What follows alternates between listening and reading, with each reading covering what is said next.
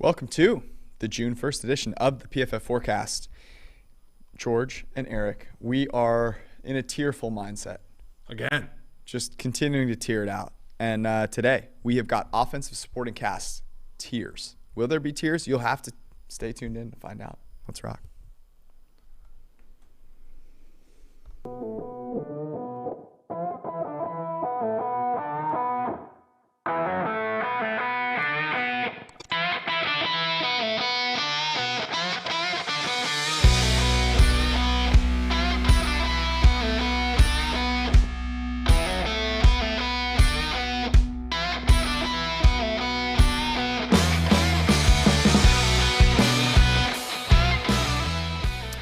Welcome to everybody watching us live via satellite on YouTube. Those of you listening at home, we appreciate you. We love you, the syndicate.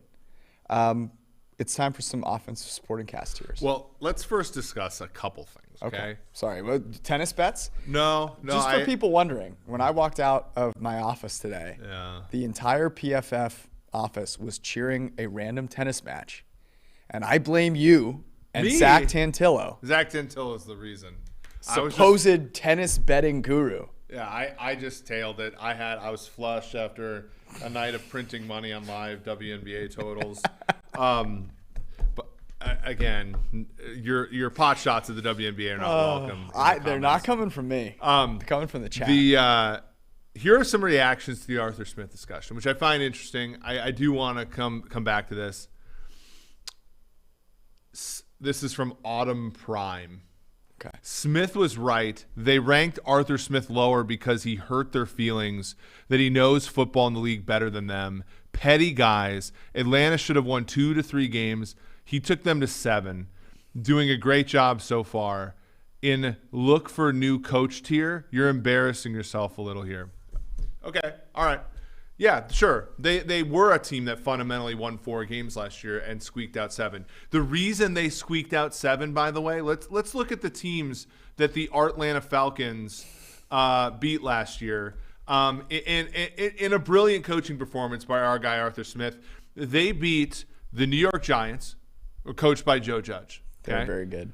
They ran a QB sneak at they their own beat 5. The New York Jets in London, another great football team. They beat the Miami Dolphins.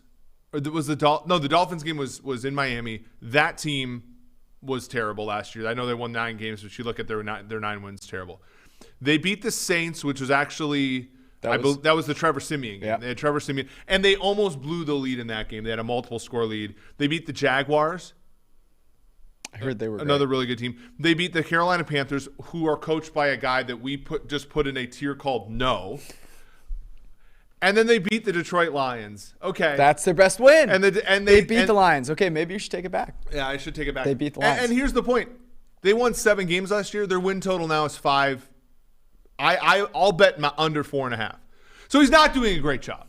This thing isn't getting better. And this idea that he knows the league better, he literally misclassified the quintessential tank in NFL history as a long rebuild when the rebuild took 2.5 years to win a fucking Super Bowl. He talked about how first round picks were held like the firstborn child when we gave out numerous examples of teams willy-nilly. We talked about the Herschel Walker trade. We don't even talk about the Eric Dickerson trade, wherein the Indianapolis Colts traded 3 first-round picks and 3 second-round picks for Eric Dickerson. And then 3 years later traded, I think, 2 more first-round picks to move up and draft Jeff George, the quarterback from Illinois. He doesn't like the point of the whole thing wasn't we're mad that he talks shit about us. What we're mad about is he's from a house that has glass walls. All 4 of the walls are glass. That is the point of this entire discussion. If Bill Belichick, we've never gone after Bill Belichick for saying, oh, analytics are stupid. Because Bill's the GOAT, right? Like, why would we? We've never gone after John Harbaugh. By the way, John Harbaugh loves analytics, and funny, they squeeze more wins out of that team. than they ever should. We never go after Andy Reid for saying stuff like that.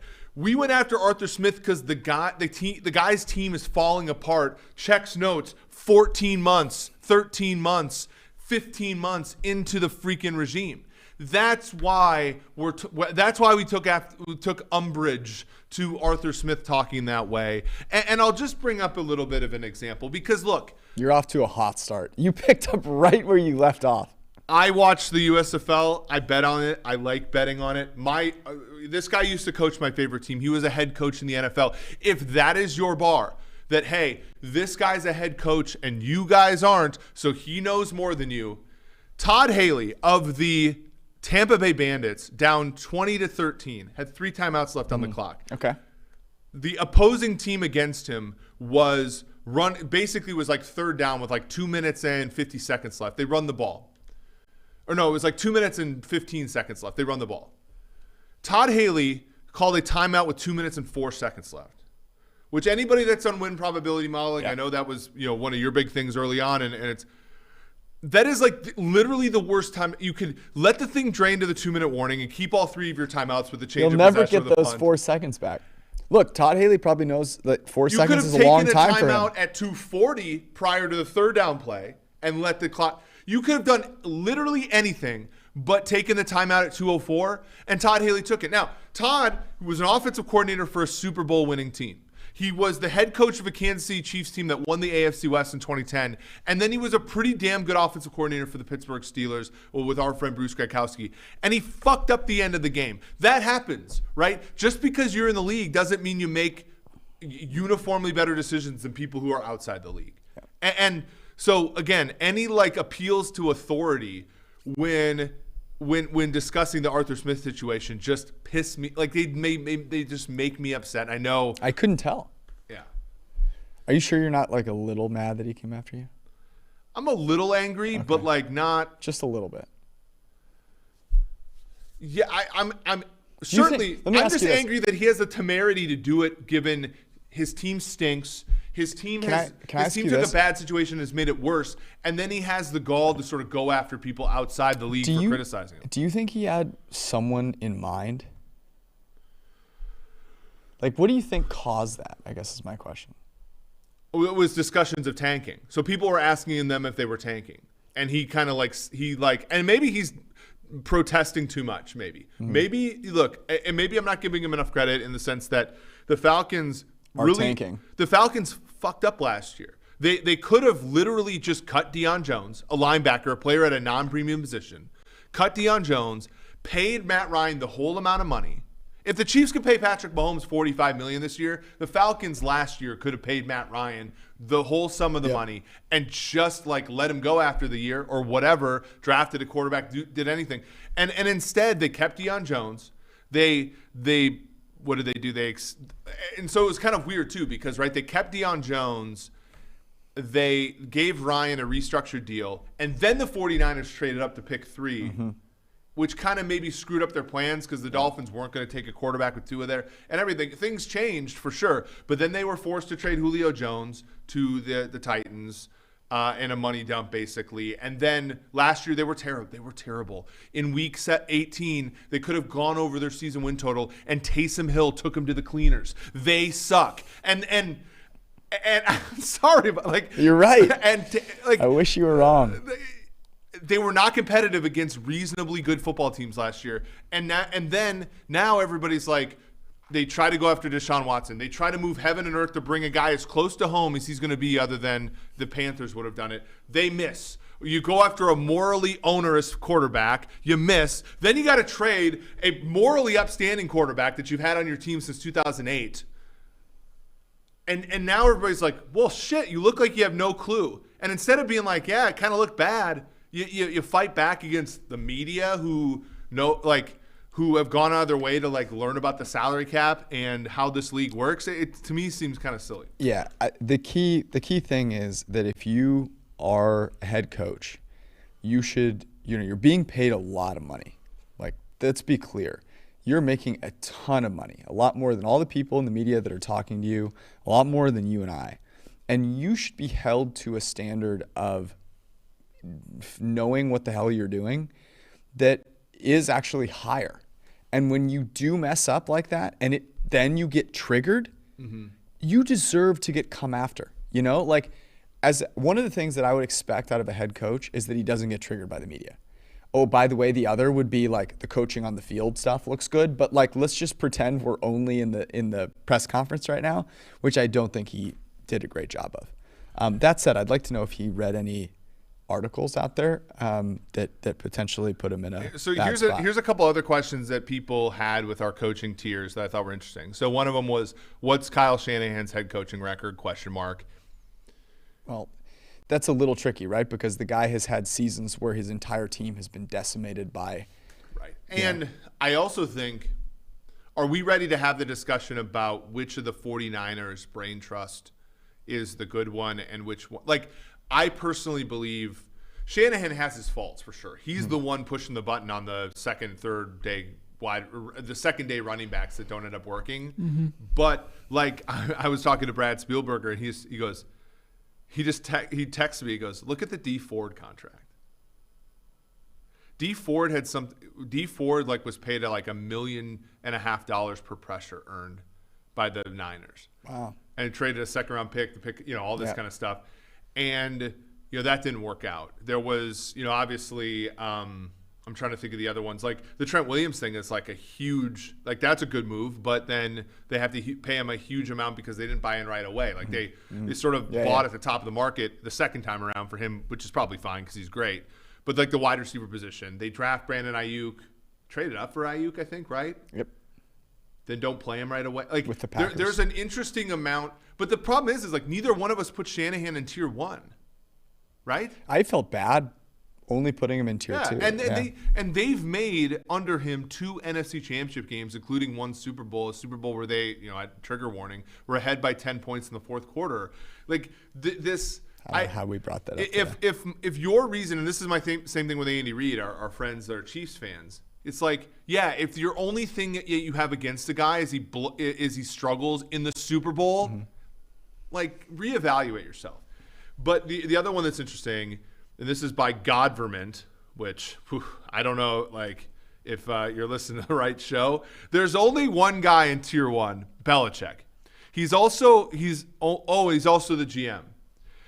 The real world ranks coaches by results, not fourth down attempt rate. Okay. All right, let's go through some results here. Cole Strange, Mac Jones, N'Keal Harry, Sony Michel, Isaiah Wynn. Those are results. Now, you've won some Super Bowls. That dude traded a second-round pick for Mohamed Sanu during the middle of the season. That was Brady. Let's give Brady the credit where it's due. I mean, this idea that these guys are infallible is so freaking triggering to me. I don't think you're triggered. I think you're being very calm here. It's incredible how calming. You're having a calming effect on me. I'm sorry, but Belichick got shown the 50 states by the Bills in the playoffs last year. And without Brady, the guy has played without Brady, he's won one playoff game, and that was the Browns. I mean, I think the important point is not that we weren't tiering guys based on their history. Yeah, he's the best coach of all time. He is a Hall of Fame coach. Now, the fact that he had Tom Brady you can't tell the Belichick story without Tom Brady. Yeah. And that's okay. You aren't going to find many head coaches, if any, that are going to have a Hall of Fame pedigree in the 2000s without having a great quarterback. That's fine. But the fact of the matter is that without Tom Brady, in the couple of seasons that we have, you have to look at things, and that's what we did, with an eye towards the future. And you have to say, okay, well, like given today, how do I feel about him? And it's okay to have a guy not be the greatest of all time in a particular season, even though they're the greatest of all time overall. Yes. You're not putting, I don't know, here's the way I would maybe characterize it going to another sport. Like, Michael Jordan is the greatest of all time. When he was playing for the Wizards, you weren't like, hey, next year, guess who the best player in the NBA is going to be? It's going to be Michael Jordan. Yeah. Or Phil Jackson, for example. Now, Phil Jackson ended up coaching, Shaq and Kobe afterwards. But, I guess when he went to the Knicks, you're not like, oh, yeah, like this guy's going to be amazing. Because, and I'm not comparing Jackson at the Knicks to Belichick. Don't get But there's get a reason that, like, the Patriots are not even, like – the Patriots are what, a coin flip to make the playoffs this year. They're 4-point underdogs to the Bills, and frankly, like, we probably put too much stock in Belichick because I think we took the Patriots in that playoff game where they got they rolled. got destroyed at the end of the season. I just, again, like, I think, look, like I said, I think Belichick is especially in the range of time when some of the stuff he struggles with didn't matter as much, like fourth down decisions, like some other sort of more advanced stuff. Like, he was great, but like we put him in the Hall of Fame tier. Like, that's the thing. Who would you rather have right now, Andy Reid or Belichick? It's a good question. Right now? Wow, that is a really good question. I'd rather have Andy Reid. But it's close. I mean, I think I'd rather have Andy Reid. Blows 18-point playoff leads more than any, like, home 18-point playoff leads. And like Sean McDermott too. Like we put McDermott like a little bit lower, but the guy is on a trajectory right now. Like, there's a reason. Like, his team is favored to win the Super Bowl. Like I said, I think this idea. And by the way, both of us have had chances to work in the league. Like, this is we don't have to like measure or whatever. But it's just funny to me that, like, it's this idea that the people that are doing it don't make mistakes, and this idea that, like, Arthur Smith can, like, and Arthur Smith of all people, a guy, and the person in the chat said this, I don't really want to give them flack, but guy took Pitts over Chase as well. When, by the way, our mock draft had Chase, and everybody said we should be fired. Yeah, the people lost their minds because Calvin Ridley was apparently an untouchable at the time. That's right. Julio Jones. That's right. And they traded Julio, and now, Calvin, what do I call him, Billy Walters Ridley. I wrote in an article this week, and like it's just funny to me. But like I said, I think that if you're going to argue on behalf of people in the league, you have to present evidence the way that we did on Sunday, and not just, hey, they're in the league and you're not. Because there's like, Joe Judge was a head coach in the NFL for 2 years. Like, case closed. I thought it was entertaining. Anyways, just a reminder to everyone listening, we love you all. Despite, Eric's he got a little triggered. You triggered Eric a little bit. So congratulations to you guys. That's why I love you all. Before we get to tiering our supporting cast, offensive supporting cast, reminder that the best place to play fantasy football this summer, or any time, it could be June gloom in Los Angeles. It might not feel like summer, but go to Underdog Fantasy. Is that real? Yeah, it's real. June gloom? Yeah, June gloom, which is partially tells you how spoiled people in Southern California are, but it's also kind of a real thing. They trade June gloom for like every other part of the year being awesome. It's like when Sidney Crawford had like Fat Sunday. There you go. I don't know where I was, but the Best Ball Mania tournament has a $10 million total cash prize money purse. So you want to get involved with that. The best part is that Best Ball Fantasy doesn't require you to do any of that in-season management garbage. You don't have to worry about start sits. You don't have to trade. You don't have to pick up guys on waivers. There's nothing worse, okay, than having a real life and fucking being tired and realizing that waivers are going to happen at like 1:30 in the morning and it's like 12:30 and you're like, oh shit. Don't have to worry about that with Underdog Fantasy. You just go draft the team and watch them prosper. You also don't get annoying trade requests from people in your league during the season where it's like random number comes through. You're like, oh no, who is this? The one guy in my league whose number I don't have. And they're like, yeah, I really want so-and-so for this garbage player I just picked up. I just remember, back in the day when I had a lot of like season-long leagues, I just remember messaging somebody back and like, are you insane? Stop wasting my time with. That's just you getting triggered once again. Your best players, your best high scorers are played every single week. The winner of Best Ball Mania last year drafted in June. So I don't know what you're waiting for, but if you need a little push, a little nudge, promo code PFF at Underdog doubles your first deposit up to $100. And if you use promo code PFF when you play $10, you're going to get a free PFF subscription. I don't know how. I still don't know. Connor Price, how is this deal allowed? We need to figure out how this is possibly allowed. But it is. So go take advantage of it before it goes away. On UnderdogFantasy.com or the app. The app is great. Use promo code PFF. Double your money. Play $10. Win. Tier The offenses. By the way, Tyreek Hill Not the just offense. today came out and said Tyreek wanted to stay in KC. To which I tell the Chiefs, good on you. But that's not what he said to begin with, so I don't know what he said. Yeah, it's weird. But obviously everything has a price These tag. are offensive supporting casts going into this year. So, to be clear. And it's not offensive line. It's just skill positions. So wide receivers, tight ends, running backs. That's not how I did it. Okay.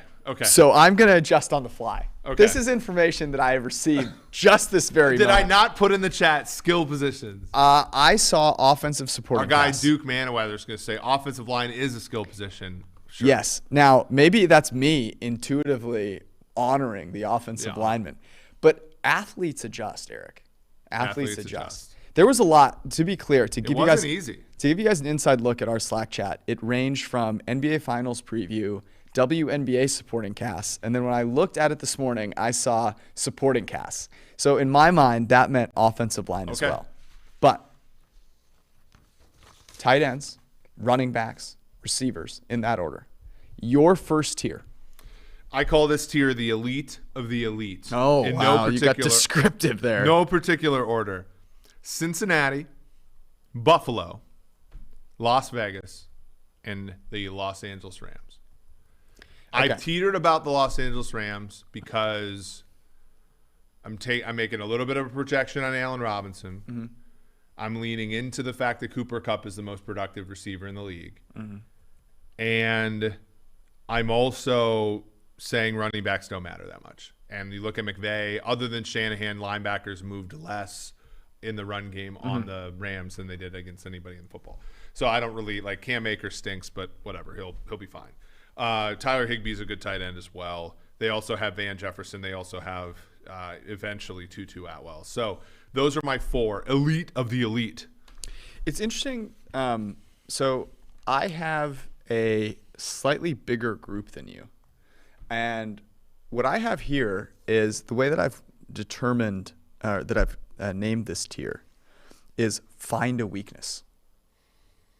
Mm-hmm. Okay. Find a weakness. Now, what I have, and this is not in order either, but I have the Niners, the Bucks, the Chargers, the Vegas Raiders, the Bills, and the Dolphins. Gotcha. Now, did you have the Browns in yours? I have Cleveland in. You did not have them. I do not have that. No. Okay. Because interestingly, the Browns were one that I struggled with when thinking about their offensive lines. Now, the ones that I debated a little bit here. The first one that I debated a little bit was the 49ers. Mm-hmm. Let me tell you how I arrived at the 49ers. The way that I thought about this was not that you had to have like a number one stud receiver, but that you didn't have even you could have had a number one stud receiver and no support, a la the Chiefs, and I wouldn't have put you in here, right? Yeah. Like Travis Kelce to me is a number one stud receiver, but he doesn't have the support yet. I think he could ultimately. I didn't put them in there. George Kittle is an absolute stud. Deebo Samuel, very, very good. Brandon Ayuk, great number 3 option. And then I like the peripheral options that they have as well. So I thought that they deserved to be in the first tier. The Bucks with 2 great receivers and good supporting receivers make it. The Chargers with 2 great receivers make it. The Vegas Raiders with 3 really great to really good receivers make it. Yeah. The Bills, ironically, I thought about this for a second. I was like, maybe not the Bills. But then they have way more than Stephon Diggs. Gabriel Davis is really good. Dawson Knox is really good. Yep. And I don't know how you couldn't put the Dolphins in here. So this is my second tier. I said basically elite.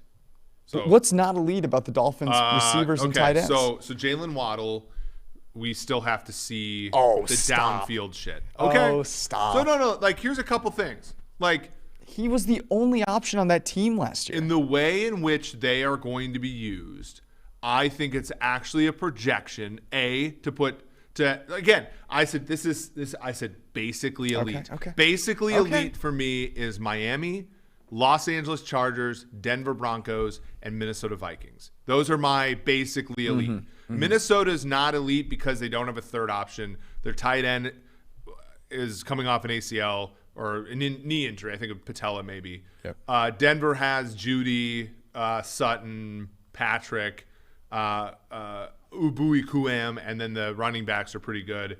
Chargers have Eckler, who Eckler matters, I think, like as a running back, 18 touchdowns or whatever the hell it was last year, a lot of touchdowns. And then you have Williams and Allen. And then with Miami, I think the issue here is you look at average depth of target for Jalen Waddle, 7 yards. Quarterback's not changing, right? So 9.8 yards a catch. Like, I got to see the downfield shit before. And then the other thing to me, and I think this is something to really worry about if you're Tyreek Hill. A, Tyreek Hill is 28 years old. B, if you look at the way things have evolved for him, average depth of target in 2018 was 16 yards. 2019 was 12 yards. 2020 was 13 yards, and last year was 10.5 yards. The drops went from 6 to 5 to 13 to 10. 23 drops the last 2 years. He's not as adept as an underneath receiver as he is an over-the-top guy, but I don't know if Tua can actually unleash him over the top. Gesicki's fine. The running backs are, I put like 7 running backs on that team. So they're basically elite, but there's a question mark for me about Waddle and Hill's usage in that offense, which I guess the problem is like, I'm not divorcing this from the quarterback, but we are kind of saying who's going to support the quarterback, and it's got to be in the environment in which they're supporting him. And in Miami, it's going to be underneath throws. No, I think that's fair. Okay. By the way, I may have not said this. The Bengals are in my first tier. Yeah. And I think I forgot to say Joe Mixon is interesting, right? Because he's just a league average runner that just gets a lot of target, a lot of volume. Yeah, so I had a big first tier, which says, I guess, that I'm excited about the NFL. Who wouldn't be? My third tier is the not quite perfect tier. And I used a reference from She's Out of My League. They have webbed feet. Like these are good supporting casts. You're very excited about these supporting casts if you have them. The Rams, the Chiefs, the Vikings, and I teetered on this one, man. So I didn't put the Broncos in there. I think there's still something to be seen. Like we assume that their supporting cast is good, but they've had Drew Lock. I'm not quite sure.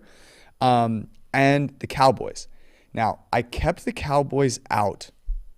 And here's why. If the Cowboys had, if this were offensive lines included, I would put the Cowboys in here. You can't. I think CeeDee Lamb is awesome. But I have to be honest with myself and say I need to see what this receiving core looks like. You took away Amari Cooper, their number one option. That you need to see a year of that before I'm going to put them in either of those top 2 tiers. Yeah. By the way, the Steelers, Stephon Put Your Back Into It has retired today. Okay. I think we had to get that one out there. Okay. This is my third tier. This is I'm calling it missing something, but still good. San Francisco. Oh my God. San Francisco is missing Kittle's health. Okay. Tampa Bay, which is missing a tight end and Chris I'm Godwin's assuming health. They're going to have Gronk. Chris Godwin's health. Okay. Dallas is missing like a number one receiver, like, Cooper. Seattle is missing a competent offense to use Metcalf and Lockett properly. And Pittsburgh is missing. Like, I was on a Pittsburgh station yesterday and they were like, what about Deontay Johnson? Should he make $20 million a year? I'm like, if you gave him $20 million, he'd drop it. So, but like they're not bad. Like the Freiermuth's a good tight end. Claypool's a good, Pickens. They have Anthony Miller in there now. So like I think they're good, but like they're missing something. So that's my third tier. Missing something, but still good. Okay. This one, my third tier is following up on the last reference. The imperfection is a little more visible here. You see it all. You see it every time they show up on the field. So I have the Cowboys in here because, to be clear, I think they're going to be missing Amari Cooper. I don't think there's any ifs, ands, or buts about it. The Broncos, they are maybe continuity is the thing they're missing, right? Like these guys haven't been in a position where they have a real quarterback and they're trying to win games with that quarterback. So we'll see. I think they can be really, really good, but there's something that you're going to be seeing, whether it happens or not. The Commanders, the Eagles, and the Seahawks. Okay, I like that. All right, now I have two lists now of ascending, and declining. Okay. So ascending, these are groups that I expect to be better at the end of the season, but are like profoundly average now. Mm-hmm. Kansas City, Philadelphia, Detroit, Washington, Cleveland, New York Jets, and Atlanta. Mm-hmm. And I think you can see it, right? Atlanta, if London and Pitts round into form, that's a good pair. Kansas City, it's like they're throwing numbers at the wide receiver position. So if you get 2 out of Hardman, MVS, Juju, and I was Sky higher Moore on the Chiefs, interestingly. Right now it's just they're an average receiving core, but I think by the end of the year they should be fine. Philadelphia as well, like AJ Brown obviously adds a lot, but like I don't know if Jalen Hurts is going to unlock that. Like we just don't know. Devontae Smith, the tight end Goddard, maybe Philly's underrated here. I think they could be higher. Yep. I would have been higher. Does that make That makes sense to me. Yeah, the ascending piece makes sense. I'm curious to hear your descending. Declining is Tennessee, Carolina, Green Bay, Baltimore. So Green Bay loses Adams. Yeah. It's just not going to get better than I don't know necessarily. I think they could be better at the end of the year, but like it's not. There's also like Tanyan is coming off an injury. Cobb is old. Sammy Watkins is old and injured. Ravens is like, Jesus, the tight end's great there. I think Andrews has a case to be made to be the best tight end in the league. Carolina has more, but then like Robbie Anderson's not getting any better.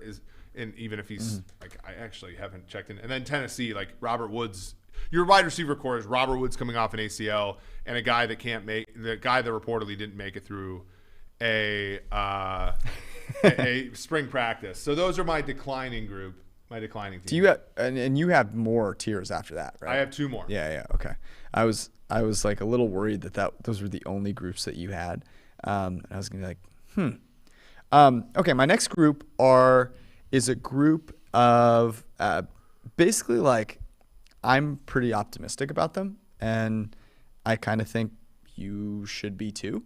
And this group is the Lions, the Saints, the Cardinals, the Steelers, and the Falcons. Now, the issue with the Cardinals, of course, is DeAndre Hopkins is suspended. But when he's not suspended, I think there's a lot of excitement to be had with that group. Like I'm kind of taking the Cliff Kingsbury thing out of it. Like Hopkins, Hollywood Brown, Rondale Moore, that's a solid group. The Lions with Hawkinson, now J-Mo, I'd be excited about that. The Saints with Thomas, Olave, and Kamara out of the backfield, I'm excited about that. The Falcons with London and Pitts, you got to be excited about that, regardless of what you think about the quarterback not being able to hit the broadside of the barn or the coach. And then the Steelers, I don't think you think about the receivers, and I think there's a lot to be optimistic there. They're a really solid core. That Freiermuth is no joke. So, that is my my optimism group. Love it. That's kind of similar to my ascending group. Yes, I agree. All right, I have a meh group. Okay. A group that I don't think is going up or down, and I don't want to buy into, but I don't think it's like truly in the no category. Okay. New Orleans, Jacksonville, New England, Arizona, and Indianapolis. I know with Arizona you have Hopkins, but like there's an injury. There's also the fact that I'm out on a guy who says, I don't want to take the vaccine because I don't know what's in it. And then months later gets caught with PEDs. Mm-hmm. That guy's an idiot to me. So I'm not that guy making $27 million in my group. I'm not a big fan. I'm also not a big fan of Hollywood Brown. Like, I just don't know if like he can catch the broadside. He can. Or he probably can't catch the broadside of a barn. Yeah, that'd be tough.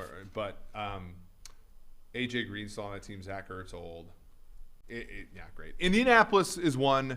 Like, this is where the people who love running backs are going to come at us and be like, Jonathan Taylor. Mm-hmm. And Jonathan Taylor's a great player.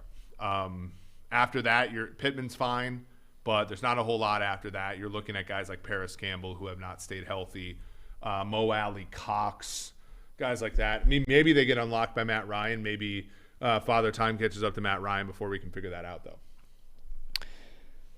I agree with you. Okay, I will do. So you only have one tier left? I only have one tier. Okay. I'll do 2 tiers here then. So I have a tier of, like, I think I'm not quite sure that this wide receiver / tight ends are bad or good. Like, there's ways that I think you could look at them and think they're heading in the right direction. Colts, Jets, Panthers, Ravens. Now, the Ravens have no one at wide receiver. But Bateman, I think there were flashes. He was injured. He could be good. And Andrews is good. And I also kind of count, and don't take this the wrong way, but I'm kind of counting Lamar, makes those guys better. He also himself does things, with the ball in his hands. So, like, I don't know. I guess I counted that a little bit. The next group is a group that I'm fairly confident I'm not excited about the direction they're heading. And that's the Packers, the Giants, the Jaguars, the Titans, and the Pats. I like that. Packers. No one's gonna be upset. Like, you can't argue. I mean, the Packers are not going to be a good team because of their wide receivers or tight ends. Well, like, let's be real. The optimistic view for the Packers is, and I again to say this about the Chiefs too. Like, your offense became too focused on like one characteristic that defenses could really hone in on. Sure. And for Green Bay, it was that your best wide receiver was the best wide receiver in the entire league. And I think ultimately this is going to be more Belichickian than normal than LaFleurian, right? LaFleur has never lost multiple games in a row in his entire career. Yeah. He's also never lost a game where Adams didn't play. But like there's a chance Packers start like 1-3, and everybody's like, oh, what's wrong with them? What's wrong with them? And then they figure it out, and then they get to the playoffs, and a guy like Watson figures it out. A guy like Dubs figures it out. A guy like Cobb, Fountain of Youth. Watkins, Fountain of Youth. Tanyan. By the way, like last year, Tanyan was hurt. Yeah, Robert Tanyan's good. They were throwing this shit to Mercedes Lewis on the bootlegs and stuff. So, like, maybe they're more resilient, but out of the gate, it's not going to be the best. It's not going to be better. I think they're one that certainly could surprise, and next year you feel better about them. But there's a lot of projection that you got to do to get there. In my opinion. Yeah. So, okay, and these are just bad groups. I at the office today, I come into the office like once or twice a week. I just yell out, "Who plays for Houston?" So Houston, and like I know Brandon Cooks is good or whatever, but like Nico Collins, like the tight ends for Houston have always been in it. Every time I watch the Houston Texans tight ends play, I think, did I give up my career too quickly? But like, I need the chat to let Eric know how they feel about that statement. The Houston's something called Noah Brown plays tight end for Houston. Stop. And like these people. And the have running families. backs are like. Is David Johnson still there? I don't know. Like I think David Johnson's gone, but okay. It doesn't matter. It's a shame. It doesn't matter. And the funniest thing. And let's take a swipe at the Chargers here for a second as a Chiefs fan. The most pathetic thing that ever happened last year was the Chargers letting Houston and Rex Burkhead and like every other running back from Kearney, Nebraska run for like 6 yards of carry on them. Yeah. That was pathetic. Like not making the playoffs because you couldn't stop the run against Houston was a joke. But Houston's supporting cast is terrible, and their quarterback's probably going to be bad. The Giants, look, I'll take this L. I thought Kenny Golladay was a lot better than he's been the last couple of years. He was good with Detroit, hurt even his last year. Last year was horrendous. Maybe they'll uncover him this year. The Buffalo receivers were not back shoulder guys; they were get open guys. So Dable might not necessarily be the fit for Golladay to unleash Tony. God knows where he's going to be. So on and so forth. And then Chicago. I mean, when Byron Pringle is your number 2 wide receiver, you're in trouble. Yes. You were absolutely in trouble. Okay. Mine are just, this is the no category for me, and it's the Texans and the Bears. It's rough for them. So It's a struggle. By the way, the Texans are rebuilding. Did Lovie Smith, when he went on Chris's show, did he talk shit about people in the media, or was No. he just like, did he know his place No, as a 5-win coach in the NFL? I don't think he did. Interesting how Yeah. that happens. Yeah, Lovie Smith actually had success in the league before. Kind of funny. Yeah, that's interesting. Very, very surprising. I would have thought that you just had to take swipes in the media, but you never know. Let me ask you this: we did this with the coaches. Supporting cast that makes the biggest jump from this year to next. Well, I'm contractually not obligated not to say one team. Yes, you are. That's correct. It's Philly, isn't it? Think And so? I think I had Philly rated too low anyway. I think it really depends, though. Like, if Philly leans into Jalen Hurts and you still have some of the issues that they had last year, which accuracy, timing, like, because early in the year that offense was struggling because they were throwing the ball too much, right? And then at the end of the season, it was like, we're going to run the football. The quarterback's going to be a big part of this run game. Miles Sanders is going to be what he is, and Boston Scott, another guy who's the guy from Kenneth Gainwell. We're gonna run the football and lean into our line of scrimmage advantage, and they did great. They obviously did not trade like the 18th overall pick to have like a run first team with AJ Brown. Sure. They didn't draft two like they've used a third round pick in 3 consecutive drafts on wide receivers. They're going to eventually use them to the full extent. But is Jalen Hurts up for that kind of volume is my question. Because if he is, the Philadelphia Eagles are in the elite of the elite next year. If they're not, that was they're the stuck team in this ascending group. That was the team that I was going to say. And I struggled. I was going to put the Seahawks in the the Eagles in the not quite perfect group, but I just think there are a few too many questions with just health and sustainability on a winning team. But I agree. I think they could be in the hey, this is an awesome supporting cast and there are no holes anywhere group. I was really close to putting them even higher. I thought it was interesting though that I had Eagles, Commanders, and Cowboys all in that same really good everywhere group. And maybe for the first time, there's there's some optimism for the NFC East. Yeah. Okay. And I want to answer the other side of the question with a bet. We're gonna make a PFF forecast official play here. Okay. I did not go over this with you before, but I'm here for it. You'll ride or die with me here. I am going to go at -125 with the team who I think is in a basically elite category right now in terms of support. But because of the quarterback play and because of schedule and because the schedule's not that bad, but it's just the AFC, so it's going to be hard. I'm going to take the under on your and Fergie's Miami Dolphins, 9 wins. Wow. Is this called the Fade Fergie Tour? I'm fading Fergie. That's rough. The Dolphins under 9. I'm trying to find the exact price. -125. We got into it a little bit on Twitter yesterday because, the BetQL people were like, hey, do you like the under for Miami? I retweeted. I said yes. And this is where, again, we're going to try to educate our listeners about the syndicate about how to think about things.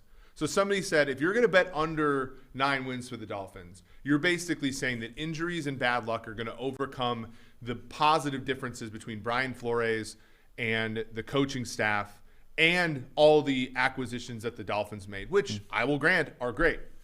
And I said, no. That is assuming that the 9-8 record the Dolphins had last year was a fundamental 9-8, meaning they were that good. They were that good. When you look at this team, they scored 20.1 points a game and gave up 21.9 points a game, meaning that's a corresponding record of 7-6 and 9-4. So they were a 7.5 win team fundamentally. So the market is saying we think they'll improve a win and a half fundamentally, which I think is a reasonable way to look at it if you get to improve even a modicum of success. Last year, though, even with this, you're talking about a win against New England, which our R&D intern Arjun Menon put out, had the biggest swing and win probability due to a fumble in the entire league. So they win that game by 1. They beat Houston by 8. Good for you. They beat the Baltimore Ravens by 12 on a Thursday night game after the Ravens had played a full overtime to 0-0-0 against the Vikings on Sunday. They beat the Jets, good for you. They beat the Panthers, good for you. They beat the Giants, good for you. They beat the Jets again, good for you again. They beat Ian Book on Monday Night Football and the Saints. I remember that game. And then, yes, they beat a Patriots team, and I misspoke on Twitter. The Patriots did have seeding to play for, but they did beat the Patriots at home in Week 18. Belichick's never coached well in Miami, ever. The Patriots have just never played well there. So you're talking about a team that is probably more like a 7-win team fundamentally last year. So when you add in Hill and you add in, the folks, the Teron Armstead and so on and so forth, yes, you're probably getting a win or two more. You're also, with Tua, I think Tua's third offensive coordinator in 3 years, or third play caller in 3 years. A guy who didn't play well last year. Twice as many turnover-worthy plays as big-time throws.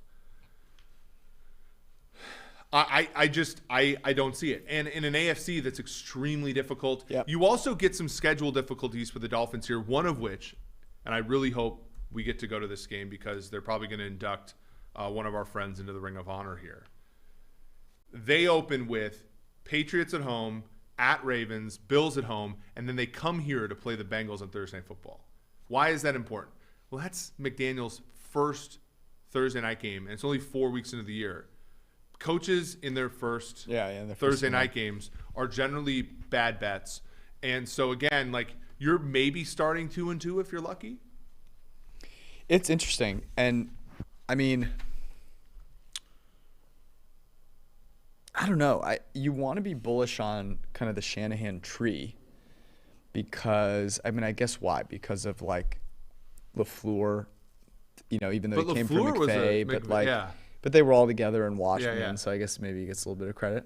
But I do think there's a real open question. You made the point on Sunday on the podcast, which I think is a good one. It's is Shanahan very singular in his ability to do what he's doing? And is it system, or is it the fact that this guy's a wizard? And I don't think we know, right? The Jets thing went very poorly, obviously, in year one. I don't think we need to blame, the Shanahan offense for that. But that's an interesting one. And you also, the Tua, I think it's really the Tua thing, right? Because you're just betting against a quarterback so far. Because, you can say all of the things you want about adding a certain number of wins with those players, but the quarterback's play oscillating even a little bit makes that addition of wins insignificant. Right? Mm-hmm. If they're fundamentally a 7.5 win team, and he's just a little bit worse, they're a 4-win team. Right. There's and it overcomes all of the goodness that Tyreek Hill can elevate Tua, but I don't. But think Tua's got to reach a certain level of goodness, for that to matter. Correct. So, by the way, there's also an alt line that you can get. Just think about this. If you want to go under 8.5, for example, it's going to be plus money. But if it's minus 125 at a place like DraftKings, you think about a win is worth about 50 cents, or half a win's worth about 50 cents. So, if you're going to bet under 8.5, you probably want to have at least, unless you think DraftKings is dull or whatever, you want to probably get somewhere close to plus 125 for under 8.5. So, just think about the indices there. I know Circa came out with their win totals, and they were kind of cool because they give on one win on each side for an alt line, which is great. And obviously you can bet other alt lines if you think it's going to go really pear-shaped. You can bet under 4.5 at 5-1 or something like that. Those are always things. Again, I don't have anything against the Dolphins. I just think hates the Dolphins. I just think that there are places in this world where tell me more. You can. And we did this with Trubisky 3 years ago, right? Where you have a not so great quarterback who everybody wants to be good because he's a first-round pick, has a good record, and honestly, Tua's good record is extended for 2 straight seasons. Yep. You have a good record, and then it's not great. And then you have things for defenses like turnover rates and stuff like that regress. I know the Dolphins weren't exactly a standout last year, but that's something to think about, right? And there's not that many edges to be had in the NFL. And so you want to exploit the ones that exist. Well said. That is our show. We will be back on Sunday Probably a little earlier than normal. Both you and I will be on the road for a little bit. You've promised. You made a promise to our syndicate fans that you are going to bring your good microphone, though. And a light and all that good stuff. And all that good stuff. So we're going to be looking as good as we possibly can. For you guys sounding good is what you really want. But anyways, we love you all. Thanks for hanging out. Peace.